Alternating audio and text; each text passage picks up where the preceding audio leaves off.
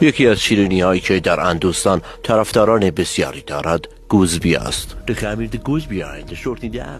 خمیر گوزبیا در شورت اقدس به دست انگل خان ساخته و پرداخته می شود.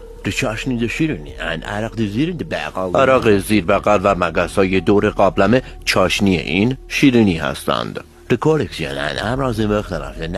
کلکسیونی از امراض مختلف در رخسار این گوزبیا نمایان است.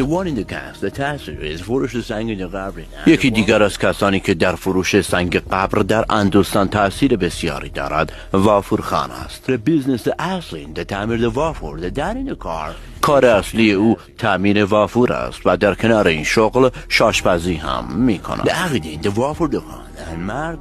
وافورخان عقیده دارد که مرگ یک بار و شیون یک بار. مصر نز